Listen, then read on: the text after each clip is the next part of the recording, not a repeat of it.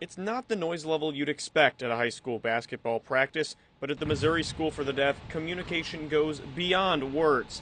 That has its advantages, but for their non-deaf coach, it can present challenges as well. Voicing it would be a lot more easier for me because I'm hearing. And signing to them, I don't know if they, get what I'm saying, but, I try to stay on top of it, and I ask again and again. In the deaf community, athletes tend to gravitate toward individual sports, but for those who do choose team sports, the positive effects can last beyond the end of an athletic career.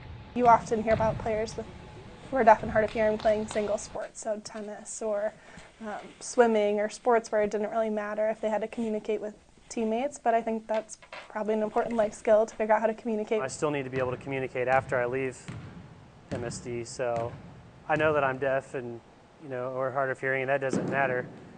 We still want to be able to communicate.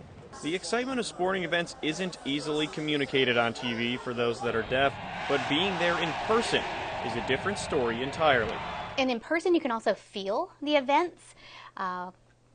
You can feel the crowd, whether they're banging the drums or if people are ringing bells or stomping on the floor. We can feel that, and it vibrates through the stadium. So we don't necessarily have to see it. We can feel the game. Unlike in a crowd, deaf athletes can feel isolated, leading them to believe they don't have a place in the world of athletics. Probably not enough is being done, but I think there are some steps that are being taken to include them. I noticed that they were wanting to join into sports, but they felt left out a little bit, so they were a bit timid about that. They felt that if they had more deaf people involved with it, that they might participate in it as well. Coach Pittman makes sure his players have a place in athletics, though, and their personal growth means more to him than a dash in the win or loss column. Some of our football seasons haven't gone very well, but in most of the games we have some kind of super play that I designed for them, and it works out well. And to see their faces expressions and to see how they enjoy the game, oh man, it's a wonderful feeling.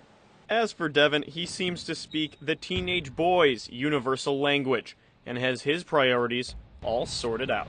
School comes first, basketball comes second, and the girlfriends are last.